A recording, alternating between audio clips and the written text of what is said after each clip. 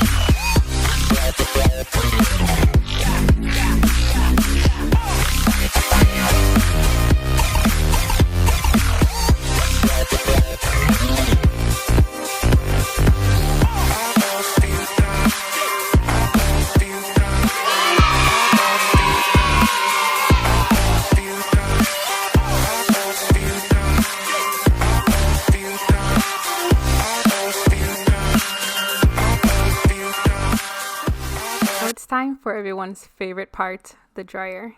This is a Purple People heater dryer. I set it at low heat for 1 hour and 15 minutes. Sitting under the dryer isn't my most favorite thing to do, so I like to have some snacks nearby and of course Netflix to ease the torture.